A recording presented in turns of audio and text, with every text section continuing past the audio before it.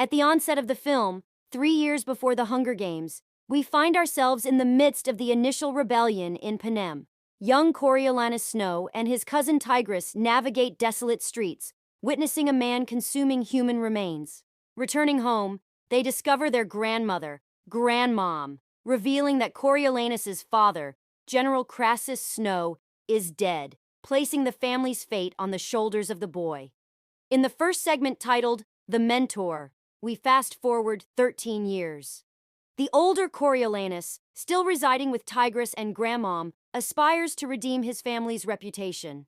As they prepare for the 10th annual Hunger Games, Coriolanus is appointed as a mentor to new tributes. Among fellow mentors is Sejanus Plinth, from a wealthy family openly critical of the games, head game maker. Dr. Volumnia Gall introduces Dean Casca Highbottom, the creator of the Hunger Games. Highbottom advises mentors to prioritize entertaining the audience over winning. Given the game's declining viewership, the reaping ceremony unfolds, and to Coriolanus's dismay, he is assigned to District 12.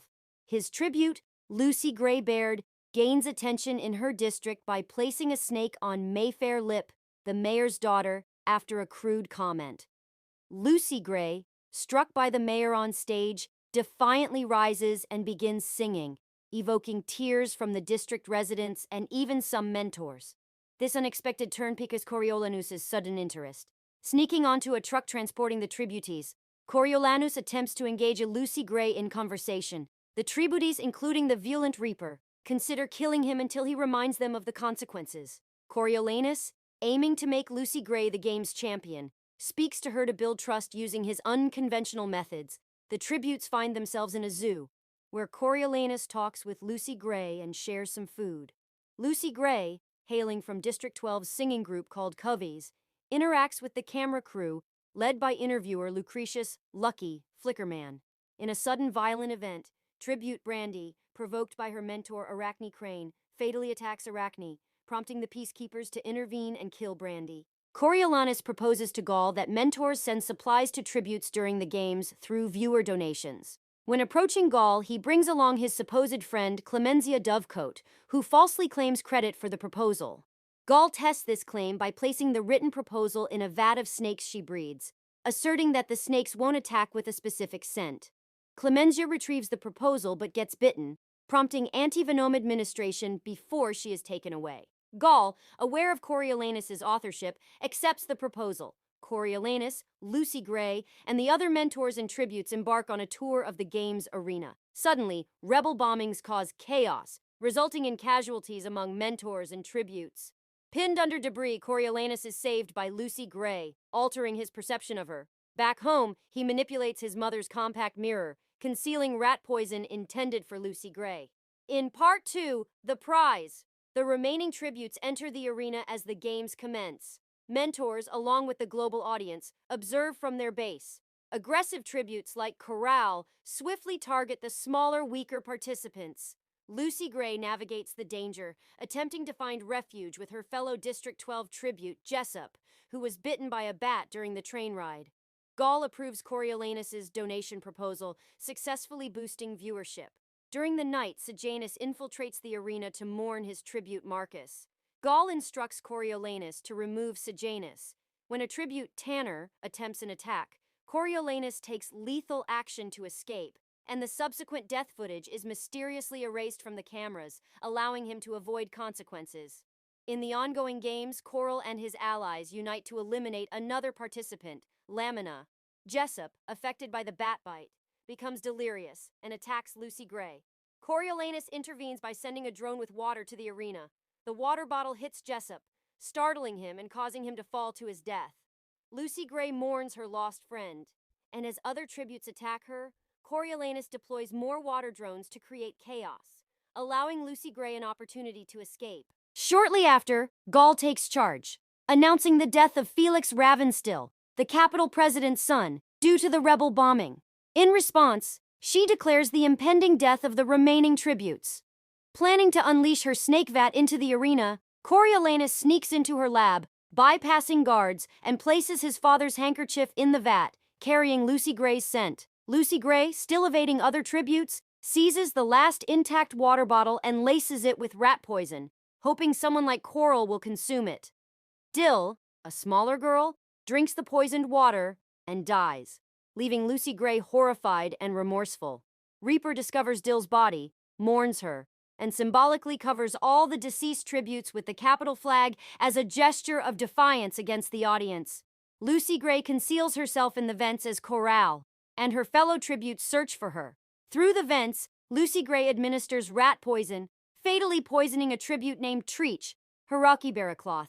After escaping, a vat of snakes is unleashed, resulting in the demise of the remaining tributes. Reaper accepts his fate, and as Coral attempts one last pursuit of Lucy Gray, she laments that the deaths were not in vain. Lucy Gray, the sole survivor, defiantly sings amidst the surrounding snakes. Initially hesitant, Gaul eventually declares her the winner, prompted by the audience's chants. After his victory, Coriolanus faces Highbottom, who discovers the use of rat poison and the handkerchief. Despite Coriolanus's earlier acknowledgement that cheating would be punished, Highbottom banishes him to the districts, assigning him as a peacekeeper for the next 2 decades. In Part 3, the peacekeeper, Coriolanus, joined by Sejanus, commences his peacekeeper training. Starting in District 8, he uses bribery to reach District 12, in search of Lucy Gray. Discovering her singing peacefully with the covey at a bar named the Hob, Coriolanus and Lucy Gray reunite. Witnessing a heartbreaking execution in town, Lucy Gray sings The Hanging Tree, capturing the futile attempt of a woman running to her condemned lover before his hanging. Coriolanus and Lucy Gray increasingly share private moments, succumbing to their mutual attraction and initiating a romantic relationship.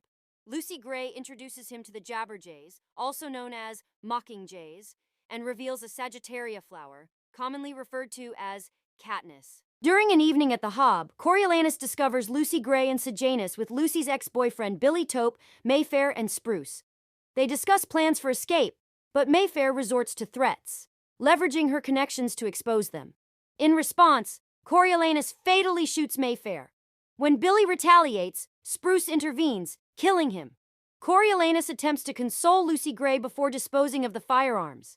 Subsequently, Spruce is captured as he becomes implicated in the deaths of Mayfair and Billy. Simultaneously, Sejanus is apprehended after Gaul hears Coriolanus's incriminating message. Despite Sejanus's pleas for help, both he and Spruce meet their fate on the gallows. Coriolanus, harboring plans to escape with Lucy Gray up north, subtly hints at his involvement in Sejanus's demise. Their journey halts in a hut during rain, and when Coriolanus seeks Lucy Gray, she mysteriously vanishes. Discovering Lucy Gray's shawl, Coriolanus attempts to pick it up, only to be bitten by a snake. In pursuit, he seemingly shoots her with his rifle, but she eludes him. Tormented by the mockingjays echoing her song, Coriolanus frenziedly fires into the air. After discarding the weapons used in Mayfair and Billy's deaths, he reluctantly abandons the search, returning to his quarters. Despite preparing for a transfer to District 2, a change of plans alters Coriolanus's course as directed by his commander. Coriolanus is returned to the capital after securing a university spot, courtesy of Sejanus's oblivious parents, who remain unaware of Coriolanus's role in their son's downfall. Meeting with Highbottom, Coriolanus learns that Lucy Gray's fate is uncertain, leaving her either dead or having successfully escaped. Highbottom confesses that he, in a drunken moment, proposed the game's concept to Coriolanus's father without intending it to become reality. This revelation haunts him, and after Coriolanus departs, Highbottom succumbs to poison. In a subsequent meeting with Gaul, Coriolanus is once again questioned about the meaning of the Hunger Games. He admits his initial perception as punishment for the districts shifted after his personal experiences. Gaul decides to groom Coriolanus into a game maker, acknowledging his profound impact on this year's games and its lasting effects. As Coriolanus gazes at the city's central statue in the square, the film concludes with the voice of the elder President Snow stating, "It's the things we love the most that destroy us."